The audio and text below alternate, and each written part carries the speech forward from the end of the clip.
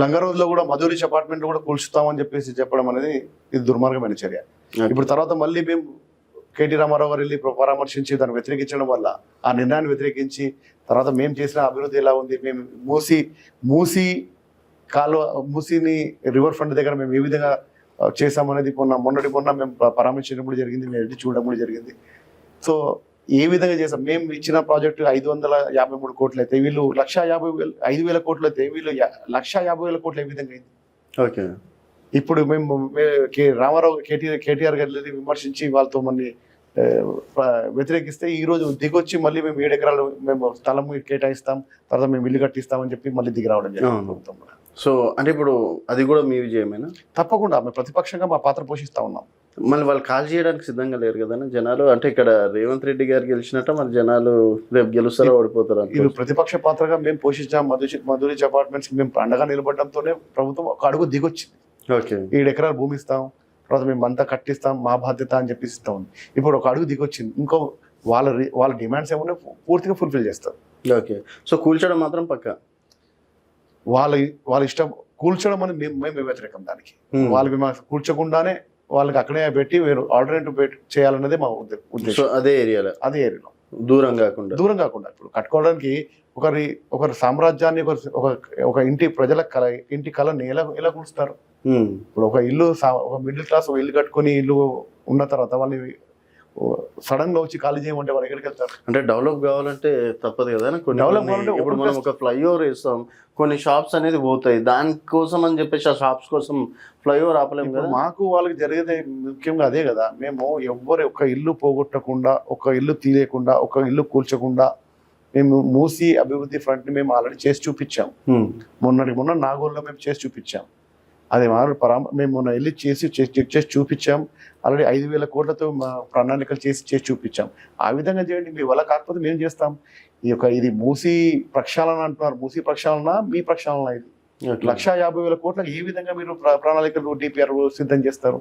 ఎవరిని మోసం చేస్తారు? ఎవరు ప్రజల సొమ్ము వృధా చేసినట్టే కదా. అంటే ఇక్కడ 1,50,000 కావచ్చు. దానివల్ల ఏంటంటే నైట్ టైం చాలా మంది పేదవారికి అక్కడ ఏదైనా చిన్న బిజినెస్లు పెట్టుకోవడానికి కావచ్చు, తర్వాత ఇతర అంటే ఏమంటారు టూరిజం పరంగా కూడా డెవలప్ అవుతుంది. ఇవన్నీ చెప్తున్నారు కదా. 1,50,000 కోట్లు ఏ విధంగా ఖర్చు పెడతారండి? ఒక విధంగా చెప్పండి. ఈ రోజు మీరు రైతు బంధు ఇవ్వడానికి డబ్బులు లేవు, పెన్షన్లు ఇవ్వడానికి డబ్బులు లేవు, సంక్షేమ పథకాలు కొనసాగించడానికి డబ్బులు, అన్నింటిలో కోతలు పెట్టిన తర్వాత ఇక 1,50,000 కోట్లు పెట్టి ఏ విధంగా మీరు ఏం చేయాలనుకుంటున్నారు? మీరు ఇచ్చిన ప్రామిస్ చేసిన దానికే మీరు సంక్షేమ పథకానికి డబ్బులు లేనప్పుడు ఈ డబ్బులు ఎక్కడి నుంచి తీసుకొస్తారు మళ్ళీ? ఓకే, అండ్ అంటే సీఎం గారు చెప్పారు ఏంటంటే రైతు భరోసా, రైతు రుణమాఫీ అయ్యిందో లేదో నాకు తెలియదు అని చెప్పేసి అన్నారు. మరి ఈ సంక్షేమ పథకాలు ఇచ్చినప్పుడు మాత్రం అన్ని తెలుసు, అమలు అయిందా లేదా మాత్రం నాకు తెలియదు అంటే ఎట్లా అవుతుంది?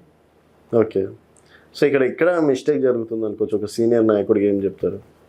ఇప్పుడు ఏంటంటే ఎలా ఉంది ఇలా పాలన ఎలా విధంగా ఉందంటే, ఎలక్షన్ ముందు ఏ ప్రామిస్ చేసినా ప్రజలకు మతిమరుపు ఉంది అనుకుంటున్నారు. అంటే ఎలక్షన్ల ముందు ఇష్టం వచ్చిన హామీలు ఇచ్చేసుకుంటూ ఎలక్షన్లో గెలిచిన తర్వాత ఓడ దాటేదాకా ఓడమల్లన్న అన్నట్టు ప్రజలు మర్చిపోతారన్నది ధీమాలో ఉన్నారు. ప్రజలు మర్చిపోవడానికి సమస్య లేదు, ప్రజలకు గుర్తు ఉంటుంది. తప్పకుండా సరైన సమయంలో టైంలో తప్పకుండా ఓటు ద్వారా సమాధానం చెప్తారు. ఆల్రెడీ చెప్తారు. ఆ భయంతోనే వీళ్ళు ఉన్నారు. వీళ్ళకు కూడా తెలుసు. కానీ ఏదో ప్రజలు ఒక అధికార బలంతో, ధన బలంతో వీళ్ళు నెగ్గుకుంటూ ముందుకు పోతున్నారు తప్ప ఇది స్వచ్ఛమైన ఎన్నికలు ఎక్కడ కూడా జరగలేదు. మొన్న జరిగిన జూబ్లీస్ ఎలక్షన్స్ కానీ బై ఎలక్షన్ ఏం జరిగినా ఆ ధీమాలో ఉన్నారు తప్ప ఎక్కడ కూడా లేదు. మొన్న జరిగిన కార్పొరేషన్స్ ఎలక్షన్తో కూడా అదే జరిగింది. ఓకే, అండ్ ఒకవేళ ఇప్పుడు అంటే దానం నాగేందర్ గారికి క్లీన్ చిట్ ఇవ్వకుండా సస్పెండ్ చేసినట్టు డెఫినెట్గా ఇక్కడ బీఆర్ఎస్ గెలుస్తుండేనా? డెఫినెట్గా. మీరు నన్ను అడగడం కాదు, మీరు మా కార్యకర్తలు అడగడం, ప్రజలను అడగండి, మీకు తెలుస్తుంది.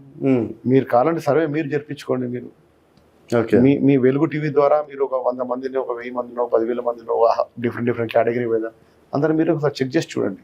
మీరు పబ్లిక్ వాయిస్ తీసుకొని చూడండి, పబ్లిక్ పాలసీ ఏముంటుందో చూడండి.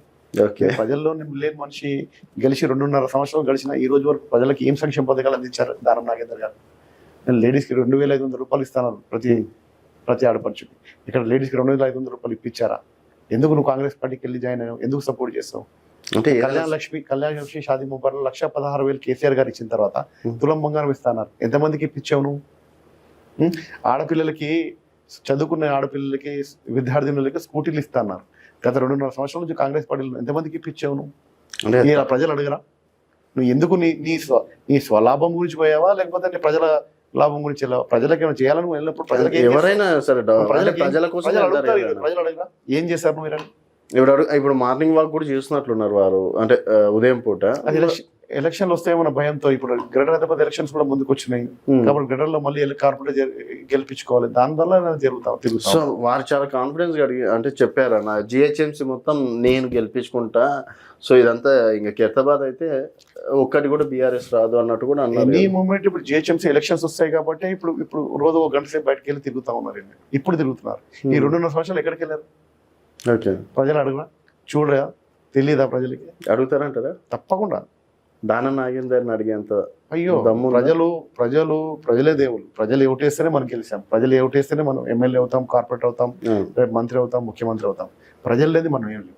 ప్రజలు అడిగే హక్కు ప్రజలకు ఉంటుంది తప్పకుండా. ప్రజలకు మనం సమాధానం ఇప్పుడు డిసప్పాయింట్ ఏమైనా అవుతున్నారా? ఎలక్షన్స్ మిస్ అవుతున్నామా అని చెప్పేసి? మేము ఎలక్షన్ గురించి ఎప్పుడు పట్టాం. మేము ఎప్పుడు ప్రజల్లో ఉంటాం, ప్రజాసేవ గురించి చేస్తాం. ప్రజల గురించి మేము ఎప్పుడు ఆశించాం. పదవులు మా వెనుకలు వస్తాయి. పదవులు ఎప్పుడు మేము ఆశించలేదు. సో ఇప్పుడు నెక్స్ట్ ఏందన్న స్టెప్? అంటే ఎన్ని రోజులు సరే ఎలక్షన్స్ వస్తే అవకాశం వస్తే మీరు కూడా వన్ ఆఫ్ ద మెంబర్ గా దిగుదాం అనుకున్నారు. బీఆర్ఎస్ పార్టీ సైనికుడిగా పనిచేసుకుంటూ పోతాం. పార్టీ ఏది ఆశిస్తే అది చేసుకుంటూ పోతాం తప్ప మాకు పదవుల మీద ఆశ ఏం లేదు. పార్టీ మాకు ఏ పదవి ఆశించినా, ఏ బాధ్యత తప్ప చెప్పినా తప్పకుండా మేము నిర్వర్తిస్తూ ముందుకెళ్తాం. రేపు అంటే మీ ఖైరతాబాద్ నియోజకవర్గంలోనే దాదాపు ఎన్ని డివిజన్లైనా కార్పొరేట్? 6 డివిజన్లు ఇప్పుడు 8 డివిజన్లు